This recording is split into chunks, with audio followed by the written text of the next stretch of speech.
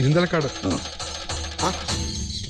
നമ്മള് രാത്രിയിൽ തന്നെ അന്വേഷിച്ചിരുന്നു, നിങ്ങൾ പുരയിലില്ലാന്ന് പറഞ്ഞു. ഇന്നലെ ഇളം ബ്ലാക്കാട്ടൊരു സുദർശന ഹോമം ഉണ്ടായിരുന്നു. കേമായി ആകപ്പാടെ കുഴപ്പമായി പോയി സംഭവിച്ച.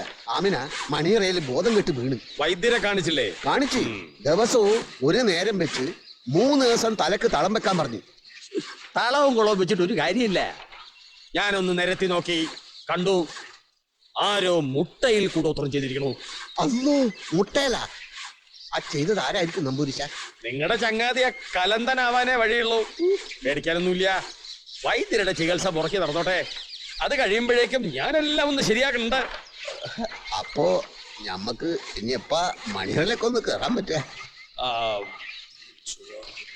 3 ദിവസം കഴിയട്ടെ. അവറ്റകളോട് മാറിപ്പോൻ പറയാ. മാറിപ്പോ, പെണ്ണുങ്ങളെ തമ്മിൽ നിൽക്കുന്നത് കണ്ടില്ലേ? ബ്രഹ്മചര്യത്തിന്റെ പാരമ്യം കാണണമെന്ന് ആ തമ്പുരാന്റെ തീരുമാനം. പെണ്ണുങ്ങളെ കാണാൻ പാടില്ലെന്നായി. ഇല്ലത്തെ അടിച്ചുകളിക്കും അടുക്കളയിലൊക്കെ ആണുങ്ങളെ നിർത്തിയിരിക്ക.